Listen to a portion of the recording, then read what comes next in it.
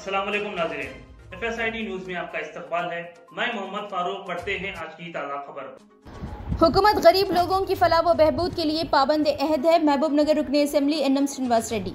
महबूब नगर रुकने assembly NM Srinivas Reddy ने कहा कि हुकूमत की जानिब से राशन की दुकानों में बारीक चावल की तकसीम तारीख में कम ही होगी। उन्होंने जिले कलेक्टर विजेंद्र बोई के हमरा वीरन्नपेट, किसान नगर, बल्लागिरी के अलावा महबूब नगर के दीगर मुकामात में राशन की दुकानों में बारीक चावल की तकसीम का प्रोग्राम शुरू किया। इस मौके पर रुकने असेंबली एनएम श्रीनिवास रेड्डी ने कहा कि तेलंगाना जो कि एक अमीर रियासत है, साबिक़ हुकूमत ने गरीबों में ज़रूरी अशिया की भी सही तरीके से तकसीम नहीं की। उन्होंने कहा कि पिछली हुकूमत के 10 साल के दौर में एक भी नया राशन कार्ड मंजूर नहीं किया गया। कांग्रेस हुकूमत बारीक चावल की तकसीम के प्रोग्राम को एक इनकलाबी प्रोग्राम के तौर पर चलाएगी और बग़ैर किसी बेज़ाब्तगी के अवाम में बारीक चावल की तकसीम को यकीनी बनाने के इक़दाम किए जाएंगे। हम गरीब आवाम में मियारी बारीक चावल तकसीम कर रहे हैं और सरकारी हॉस्टल्स और स्कूलों में भी तकसीम कर रहे हैं।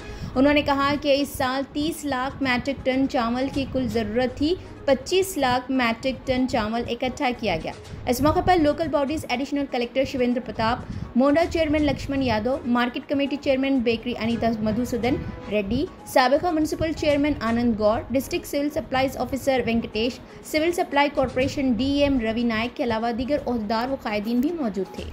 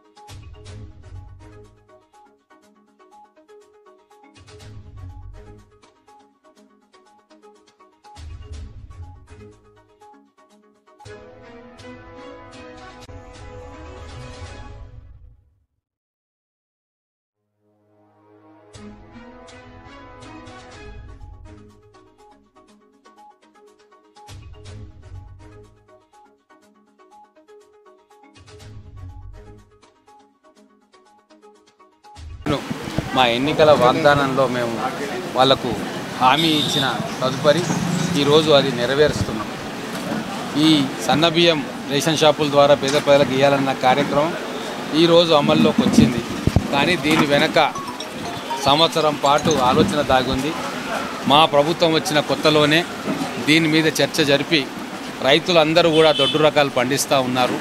మరి రేషన్ షాప్లో ఇవ్వడానికి ప్రొక్యూర్మెంట్ ఇబ్బంది అవుతుంది అని చెప్పి రైతుల పంటలు వేసే విధానంలోనే మార్పులు తీసుకురావాలని చెప్పి వాళ్ళని ఒప్పించి సన్న రకాలు వేసే రైతుల కోసం బోనస్ ఏర్పాటు చేయించి అనౌన్స్ చేయించి ఈరోజు దాదాపుగా 60% రైతులు సన్న వడ్లను పండించే విధంగా వాళ్ళని ప్రోత్సాహం చేసినాం. దాని తర్వాత వచ్చిన బియ్యాన్ని ప్రొక్యూర్ చేసి ఈరోజు దాదాపుగా 25 లక్షల మెట్రిక్ టన్నులను రాష్ట్ర ప్రభుత్వం సివిల్ సప్లైస్ కార్పొరేషన్ ద్వారా కొని దాన్ని ఈరోజు రేషన్ షాపుల ద్వారా మన జిల్లా యంత్రాంగం ద్వారా ఈరోజు రేషన్ షాపులకు ఇస్తూ ఉన్నాం. ఈరోజు నుంచి